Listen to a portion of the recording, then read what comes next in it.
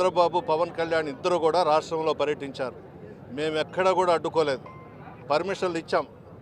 కొన్ని వేల బస్సులు ప్రజల్ని తోలుకొని మీటింగులు పెట్టుకున్నారు. మేము ఎక్కడ అడ్డుకోలేదు.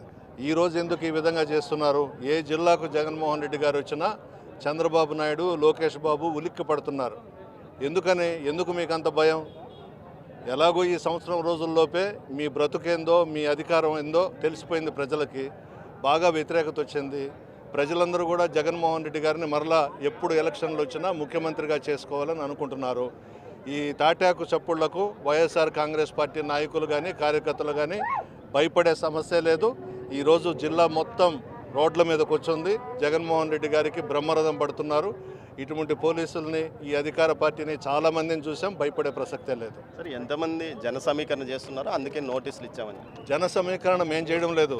జగన్మోహన్ రెడ్డి గారికి అవసరమే లేదు. జన సమీకరణ చేయాల్సిన అవసరమే లేదు. జగన్మోహన్ రెడ్డి గారికి కానీ, రాజశేఖర రెడ్డి గారికి కానీ, ఈ రాష్ట్రంలో కానీ, ఉమ్మడి రాష్ట్రంలో కానీ స్వచ్ఛందంగా ప్రజలు వచ్చి స్వాగతం పలుకుతారే తప్ప ఇక్కడ ఎవ్వరూ కూడా జన సమీకరణ చేయలేదు. సార్ షెడ్యూల్ ఏంటి సార్ ఈరోజు మీ ఇంటిది?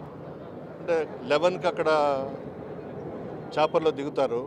కాకాని గోవర్ధన్ రెడ్డి గారిని పలకరించి బహుశా మన దగ్గరకు వచ్చేసరికి 12:31 అవ్వచ్చు. సార్, గతంలో మా మీద మమ్మల్ని అనేక ఆంక్షలు విధించినాయి. ఇప్పుడు ఫ్రీగా వదిలేస్తున్నామని టీడీపీ కూటమి ప్రభుత్వం అంటారు.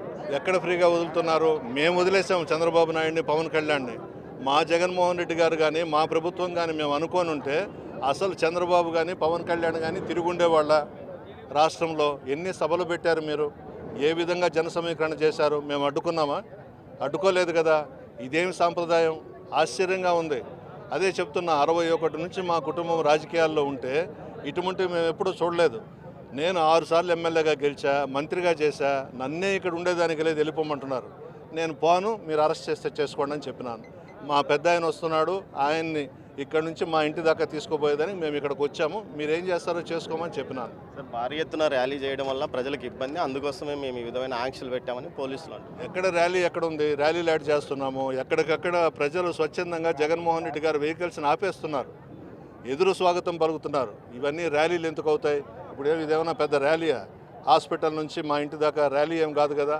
అది వాళ్ళ అభిమానం.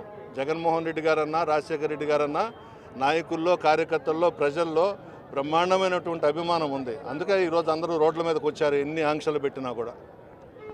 Thank you. ఏదైతే మొత్తం మీద ఉదయం నుంచి ఇక్కడ మనం ప్రసన్న కుమార్ రెడ్డి ప్రభుత్వ ఆసుపత్రి సమీపంలో ఉన్నాడు. ఇక్కడ నుంచి 1/2 కిలోమీటర్ దూరంలో అతని నివాస గృహం ఉంది. దీనికి సంబంధించి ఇక్కడ నుంచి నేను తన నాయకుడిని తీసుకుని వెళ్తానంటున్నారు. మరోవైపు పోలీసులు కూడా పెద్ద సంఖ్యలో ఇక్కడికి మోహరింపజేశారు. మరోవైపు ఇటు జైలు వద్ద నాయకులను ఏదైతే జైల్లో కాకాని గోవర్ధన్ రెడ్డిని పరామర్శించిన తర్వాత ఆయన నేరుగా ఇక్కడికి రానున్నారు. అయితే ఇటు 8 కిలోమీటర్ల దూరంలో భారీ ఎత్తున ర్యాలీ నిర్వహించడానికి వైసీపీ ప్లాన్ చేస్తుందని ఏదైతే ఇంటెలిజెన్స్ వర్గాల సమాచారము.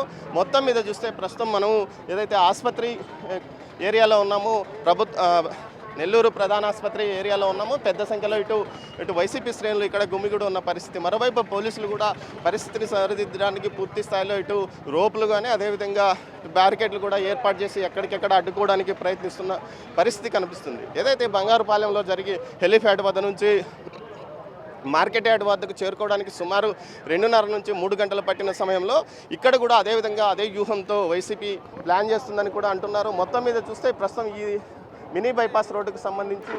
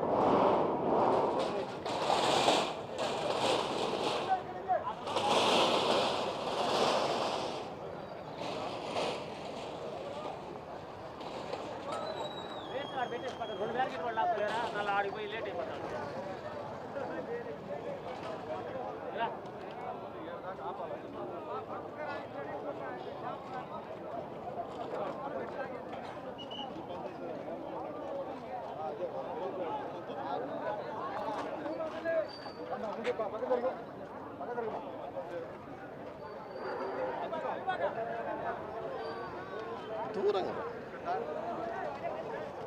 వాళ్ళు బార్కెట్ నూకుతారా?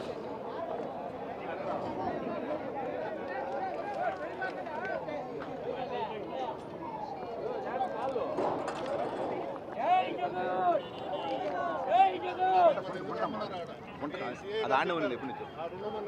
మేము పంపిస్తాం సార్ అన్నారు. మళ్ళీ మీ బ్యారికేడ్స్ ఎందుకు పెట్టారు?